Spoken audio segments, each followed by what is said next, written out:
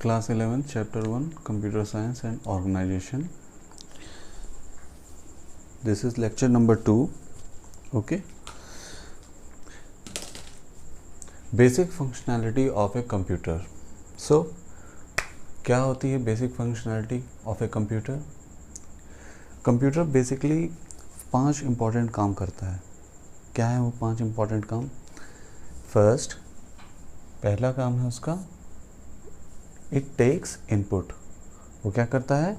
Input लेता है. Okay. जो भी इनपुट उसे मिलता है वो उसे क्या करता है? स्टोर करता है. स्टोर करने के बाद क्या करता है? उसे प्रोसेस करता है. ओके. प्रोसेस करने के बाद जनरेट करता है आउटपुट. जनरेट करता है आउटपुट. और फिफ्थ क्या है उसका काम? 5वां काम है उसका इनपुट लेना, स्टोर करना, प्रोसेस करना और आउटपुट जनरेट करना. इन चारों कामों को कंट्रोल करना. कंट्रोल करना का क्या मतलब है? कंट्रोल करने का मतलब यहाँ पे ये है कि किस तरीके से इनपुट डिवाइस के ज़रिए हम लोग यूज़र से डेटा लेंगे और उसे किस तरीके से मेमोरी में स्टोर करेंगे और स्टोर करने के बाद किस तरीके से उसे प्रोसेस करेंगे और प्रोसेस करने के बाद आउटपुट डिवाइस में या आउटपुट यूनिट्स में किस तरीके से हम उसे आउटपुट को शो करेंगे. इन चारों कामों को शो करने के लिए हमें क्या करना होगा? कंट्रोल करना होगा. उनको कंट्रोल करने के लिए कौन आएगा? Control unit. ठीक है. कौन आएगा? Control unit. ये तो है 5 basic functionality of a computer.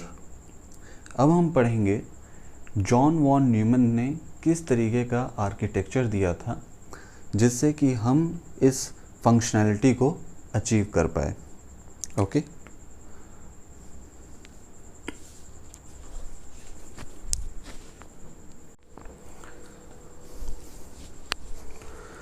हम लोगों ने ब्रिजेस देखे होंगे. ब्रिज तो सभी ने देखा होगा.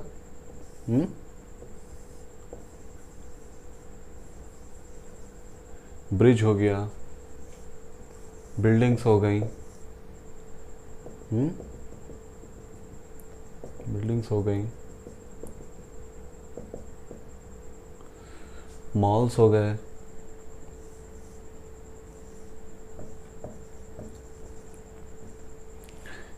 मोबाइल फ़ोन्स हो गए.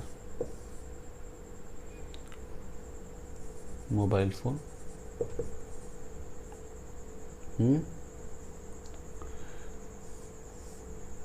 हमारा टीवी हो गया. इन सब में देखिए बिल्डिंग्स हो गई, ब्रिजेस हो गए, मॉल्स हो गए. ये सब क्या है? ये सब एक आर्किटेक्चर है. ये सब क्या है? एक आर्किटेक्चरल यूनिट्स हैं. कोई भी आर्किटेक्ट बिल्डिंग बनाने से पहले या ब्रिजेस बनाने से पहले मॉल्स बनाने से पहले क्या करता है? एक ड्राइंग बनाता है. क्या बनाता है? ड्राइंग. ठीक है. ड्राइंग बनाता है. ड्राइंग बना के क्या करता है? जो भी ब्रिज के ओनर्स होते हैं, ग्रुप ऑफ ओनर्स होंगे या कोई गवर्नमेंट होगी, उनको क्या करता है? शो करता है. और ये देखने के बाद, ये ड्राइंग देखने के बाद वो अप्रूव करते हैं कि ये चीज़ बनानी है या नहीं. उसी तरीके से होती है बिल्डिंग के साथ. बिल्डिंग बनने से पहले आर्किटेक्ट क्या करता है? एक छोटा मॉडल बनाता है. एक छोटा सा मॉडल बनाता है जिस मॉडल को देख के हम लोग धीरे धीरे उस पर काम शुरू करते हैं, एक स्ट्रक्चर बनाते हैं और अपनी बिल्डिंग खड़ी करते हैं. ठीक है. वैसे ही मॉल्स के साथ भी होता है. सिमिलरली मोबाइल फ़ोन्स आपने देखा होगा, आजकल देखा होगा आप लोगों ने, मोबाइल आजकल कितने बड़े बड़े आते हैं। किसी में डॉट नॉच आता है, आप देखे होंगे कैमरे में देखे होंगे, एक मिनी ड्रॉप होता है, किसी किसी के कैमरे में एक होल टाइप से फ्रंट कैमरा होता है। किसी में पॉपअप कैमरा होता है, पॉपअप कैमरा देखा है, पॉपअप कैमरा, पॉपअप कैमरा होता है। किसी में फ्रंट में कैमरा नहीं होता है। क्या होता है, उसके मोबाइल के पीछे होता है। तो ये सब क्या है, ये सब बनाने से पहले फ्रंट कैमरा, डॉट नॉच, ये मिनी इन्फिनिटी ओ डिस्प्ले, ये सब क्या है, ये कंपनी मोबाइल बनाने से पहले क्या करती है, इन मोबाइल्स को पहले डिज़ाइन करती है। कहाँ डिज़ाइन करती है, पेपर्स में। कहाँ डिज़ाइन करती है, पेपर्स में, कि इसकी बैटरी यहाँ लगेगी, इसका मदरबोर्ड या सर्किट यहाँ लगेगा, कैमरा यहाँ लगेगा, यहाँ इसका रोम लगेगा, यहाँ मेमोरी कार्ड लगेगा, यहाँ सिम लगेगा, यहाँ एंटीना लगेगा, ठीक है। और उसके बाद जब कॉपी पे या किसी पेपर पे ड्रॉ कर लेती है, तो ड्रॉ करने के बाद क्या करती है, ड्रॉ करने के बाद अपने इंजीनियर्स को देती है कि लो भाई, अब आप लोग इस प्रोटोटाइप पे या इस ड्राइंग के बेस पे, ऐसी ड्राइंग के रूल्स एंड रेगुलेशन पे ही आपको क्या करना है, आपको एक मोबाइल बनाना है, ठीक है, आपको एक मोबाइल बनाना है। सिमिलरली वैसे ही कंप्यूटर के साथ भी ऐसा ही होता है, कंप्यूटर के साथ भी ऐसा ही होता है। कोई कंप्यूटर बनाने से पहले हम लोग क्या करते हैं, उसका एक आर्किटेक्चरल यूनिट तैयार करते हैं, जिसमें उनके सारे कंपोनेंट्स के बारे में एक डायग्राम होता है कि मेमोरी यूनिट यहाँ होगी, उसकी अर्थमेटिक लॉजिकल यूनिट होगा, कंट्रोल यूनिट होगा, यहाँ इनपुट यूनिट होगा, यहाँ आउटपुट यूनिट होगा। तो ये है हमारा फेमस जॉन वॉन न्यूमन का आर्किटेक्चर, जिसे हम लोग प्रिंसटन आर्किटेक्चर भी बोलते हैं। इसे कब डेवलप किया गया था, इस डिज़ाइन को डेवलप किया गया था 1945 में। कब किया गया था, 1945 में। हंगेरियन अमेरिकन आर्किटेक्ट साइंटिस्ट थे एक्चुअली, उन्होंने डेवलप किया था, जॉन वॉन न्यूमन। उन्होंने क्या सजेस्ट किया था, उन्होंने एक सजेशन दिया था, एक मतलब सजेशन क्या, वो एक डिज़ाइन किया था, उसे सजेशन ही मानेंगे। उन्होंने क्या डिज़ाइन किया था, एक सर्किट डिज़ाइन की थी, एक ऐसा ब्लॉक डायग्राम जिसमें दिया गया था input unit, ALU, CU, MU, output unit. बताता हूँ ये सब क्या है। ये कंप्यूटर सिस्टम का मेन कंपोनेंट्स हैं, ये कंप्यूटर सिस्टम के मेन कंपोनेंट्स हैं, जिससे कंप्यूटर सिस्टम हमारा चलता है। उन्होंने क्या सोचा था कि एक ऐसा कंप्यूटर होना चाहिए जिसके अंदर मेमोरीज हों और वो हमारे इंस्ट्रक्शंस को समझे, स्टोर करे और प्रोसेस करने के बाद आउटपुट जनरेट करे। तो क्या था, देखते हैं क्या क्या उसमें था। तो उसमें सबसे पहला पॉइंट था इनपुट यूनिट। इनपुट यूनिट क्या होता है, इनपुट यूनिट सिंपल तरीके से बोला जाए तो इनपुट यूनिट वो यूनिट्स होते हैं या वो डिवाइसेस होते हैं। इनपुट यूनिट में वो डिवाइसेस आते हैं, ठीक है, वो डिवाइसेस आते हैं जिसमें वो डिवाइसेस जो किसी भी तरीके से हम अपने CPU को, ये है हमारा CPU, ठीक है, CPU को किसी तरीके से हम इनपुट प्रोवाइड कर सकें। क्या प्रोवाइड कर सकें, इनपुट प्रोवाइड कर सकें। वो सारे के सारे डिवाइसेस इनपुट डिवाइस में आते हैं। अब इसमें क्या क्या है, बहुत सारी चीज़ें हैं, जैसे कि कीबोर्ड, माउस, इन दोनों को कहते हैं standard input device.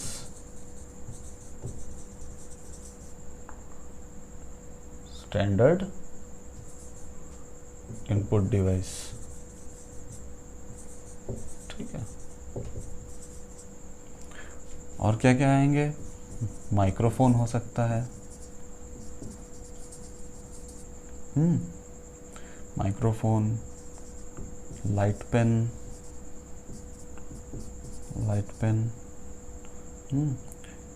Joystick,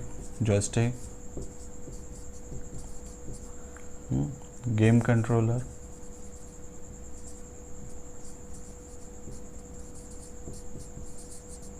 modem, modem input / output दोनों डिवाइस है, ठीक है। सेंड भी कर सकता है और रिसीव भी कर सकता है, ओके। किसी तरीके का सिग्नल सेंड भी कर सकता है और रिसीव भी कर सकता है, इसी वजह से इसका नाम इनपुट और आउटपुट दोनों इसे बोला जाता है, ठीक है। उसके बाद है game controller,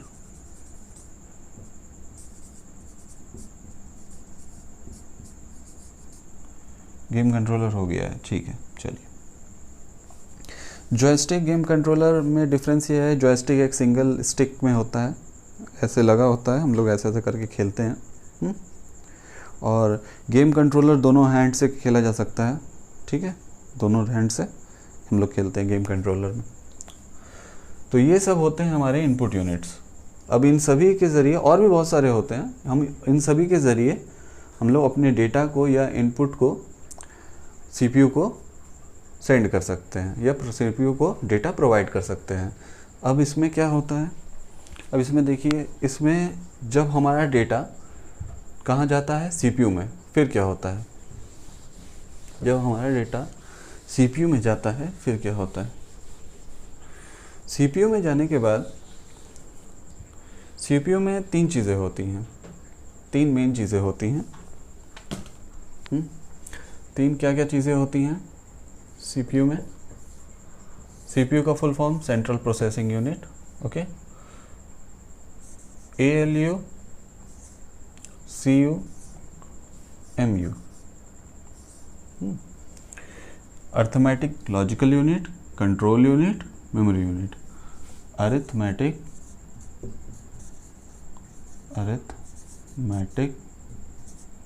logic unit, control unit, memory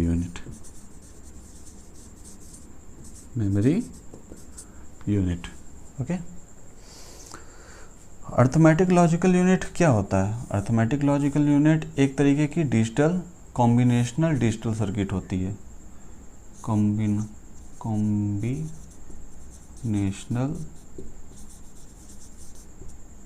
digital circuit. Combinational digital circuits क्या होते हैं? Combinational digital circuit, digital circuits क्या होते हैं पहले ये जानिए। डिजिटल सर्किट वो सर्किट होते हैं जो डिजिट्स पे काम करते हैं, और कंप्यूटर के अंदर कौन से डिजिट्स होते हैं? 0 और 1। कंप्यूटर के अंदर कौन से डिजिट्स होते हैं? 0 और 1। यानी कि 0 और 1 का यूज़ करके, 0 और 1 का यूज़ करके सर्किट होती है, छोटी छोटी सर्किट्स होती हैं।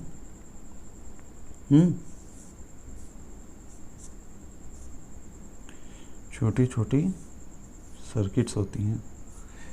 ये कुछ छोटी सर्किट्स होती हैं, इनको कहते हैं हम लोग लॉजिक गेट्स। ठीक है, इनको बोलते हैं लॉजिक गेट्स। इसको कहते हैं नॉर, इसे कहते हैं एंड, इसे कहते हैं और। इसके बारे में हम लोग बुलियन लॉजिक्स में अच्छे से पढ़ेंगे। ठीक है, अभी इतना ध्यान देने की ज़रूरत नहीं है, बस जान लीजिए यही छोटी सर्किट्स को हम लोग कंबाइन करते हैं और उससे बनती है एक बड़ी सर्किट। उसी को हम लोग बोलते हैं कॉम्बिनेशनल डिजिटल सर्किट। ओके, इन्हीं का यूज़ करती है क्या, अर्थमेटिक लॉजिकल यूनिट। किन का यूज़ करती है, कॉम्बिनेशनल सर्किट्स का। कॉम्बिनेशनल सर्किट किससे बनती है, इन लॉजिक गेट से, ओके, इन लॉजिक गेट से, ओके। क्या करती हैं लॉजिक गेट्स, ये लॉजिक गेट्स किस काम में आती हैं, ये लॉजिक गेट्स काम में आती हैं कैलकुलेशन के, किसके, कैलकुलेशंस के। किस टाइप के कैलकुलेशन, कैलकुलेशन यानी कि plus minus divide multiply, okay. इस प्लस माइनस डिवाइड मल्टीप्लाई जैसे कैलकुलेशन होते हैं हमारे नॉर्मल कैलकुलेशंस, इन कैलकुलेशंस को करने में हेल्प करती है क्या, ये लॉजिक सर्किट। और ये लॉजिक सर्किट किसे का, छोटे छोटे लॉजिक सर्किट्स को मिला के, यानी कि इनको कहते हैं नॉर, नॉट, इसे कहते हैं एंड, और इसे कहते हैं और, इन तीनों लॉजिक गेट्स को मिला के एक सर्किट बनती है और बहुत सारे सर्किट्स को मिला के एक कॉम्बिनेशनल सर्किट बनती है, ओके। और इन कॉम्बिनेशनल सर्किट्स का यूज़ करती है कौन, अर्थमेटिक लॉजिकल यूनिट, क्यों, कैलकुलेशन करने के लिए, ओके। फिर आता है एक कंट्रोल यूनिट, ओके। क्या आता है, कंट्रोल यूनिट, यानी कि ये और ये एक साथ माइक्रो प्रोसेसर में लगी होती है। आप कभी मदरबोर्ड उठाएंगे, ठीक है, मदरबोर्ड उठाएंगे तो एक बीच में एक बड़ी सी आईसी लगी होगी कुछ इस तरीके की, ठीक है। इसी के अंदर होता है हमारा ALU और CU, ठीक है। इसको हम लोग बोलते हैं, इन दोनों को बोलते हैं हम लोग माइक्रो प्रोसेसर, माइक्रो प्रोसेसर। आपने सुना होगा ना, i3, i5, i7, i9, अभी लेटेस्ट i9 आया है, ठीक है। तो ये सब क्या है, माइक्रो प्रोसेसर्स हैं, ठीक है। वैसे ही माइक्रो प्रोसेसर, उसमें क्या होता है, ALU CU। आजकल के छोटे छोटे माइक्रो प्रोसेसर में तो GPU भी आ गया है, यानी ग्राफिक प्रोसेसर यूनिट। अब हम बात करते हैं हम लोग कंट्रोल यूनिट की। क्या होता है कंट्रोल यूनिट, ठीक है। कंट्रोल यूनिट का क्या काम है, control unit is just like principal, control unit क्या करता है, प्रिंसिपल का क्या काम है, स्कूल के प्रिंसिपल का क्या काम है, डायरेक्शन देना, चीज़ों को कंट्रोल करना, अगर कोई चीज़ गलत हो रही है तो उस पर रिस्पॉन्ड करना, रूल्स एंड रेगुलेशन के साथ हर चीज़ों को सिंक्रोनाइज मैनर में चलाना। वैसे ही कंट्रोल यूनिट का काम क्या है, हमारे ALU को और मेमोरी यूनिट को, इन दोनों यूनिट्स को अच्छे से डायरेक्ट करना, दोनों के बीच में सिंक्रोनाइजेशन बनाना, ठीक है, सिंक करना, और सारी चीज़ें टाइमली हो रही हैं या नहीं, टाइमिंग देखना, सही रिसोर्सेस प्रोवाइड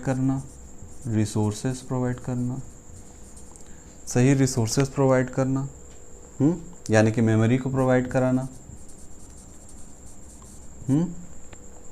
ओके। कभी कोई फ्री नहीं होना चाहिए, हमेशा कुछ ना कुछ आइडियल कंडीशन में नहीं जाना चाहिए, फ्री नहीं होना चाहिए, कोई ना कोई प्रोसेस होते रहना चाहिए। इन सारी चीज़ों को कंट्रोल करता है, क्या करता है, कंट्रोल करता है कौन, कंट्रोल यूनिट, ओके। इन सारी चीज़ों को कंट्रोल करता है कौन, कंट्रोल यूनिट। उसके बाद हमारे पास आता है कौन, क्या, मेमोरी यूनिट। मेमोरी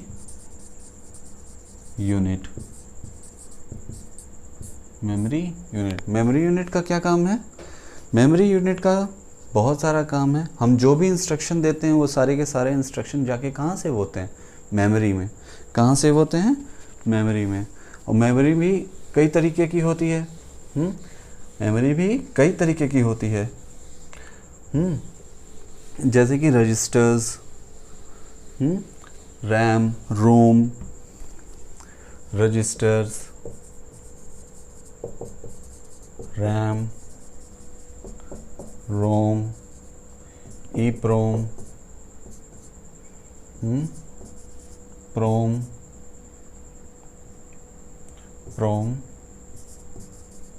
EEPROM,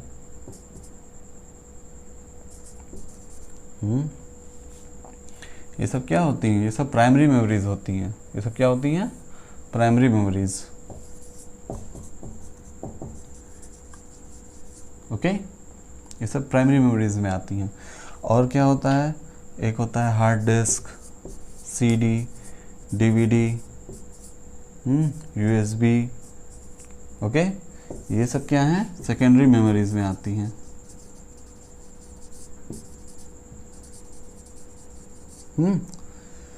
किस काम में आती है? जो भी इंस्ट्रक्शन हम दे रहे हैं उनको सेव करने के लिए ये सब मेमोरी डिवाइसेस काम में आते हैं। ओके, नाउ और जब भी कोई चीज़ इसमें सेव हो जाती है, जब भी कोई चीज़ सेव हो जाती है और दोबारा हमको फिर से ज़रूरत पड़ती है as a input, for example कोई चीज़ प्रोसेस होने के बाद वो इन्फॉर्मेशन बन जाती है और इन्फॉर्मेशन बनने के बाद वो मेमोरी में सेव हो जाती है। मेमोरी में सेव होने के बाद अगर कंप्यूटर या यूज़र चाहे कि मुझे एज ए इनपुट उस इन्फॉर्मेशन का यूज़ करना है, तो फिर से मेमोरी से वो फैच करके यानी कि इन्फॉर्मेशन लेके वो एज ए इनपुट फिर से कंप्यूटर को दे सकता है फर्दर इन्फॉर्मेशन निकालने के लिए। ठीक है, और उसके बाद क्या होगा? जो भी चीज़ उसने आउटपुट निकाला उसे आउटपुट यूनिट पे शो कर देगा, यानी कि मॉनिटर पे शो कर देगा। और स्पीकर पे अगर ऑडियो होगा तो स्पीकर पे शो करेगा, नहीं तो ऑडियो वीडियो बड़ी चीज़ें बड़े हॉल में चलाना है तो वो प्रोजेक्टर पे शो कर देगा। तो यही था आपका जॉन वॉन न्यूमैन आर्किटेक्चर, जिसे हम लोग प्रिंसटन आर्किटेक्चर भी बोलते हैं।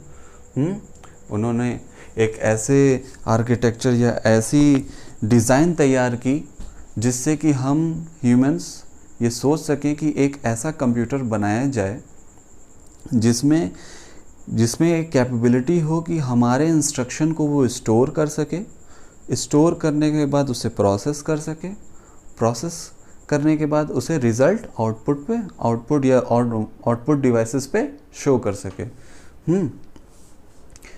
तो यही था आपका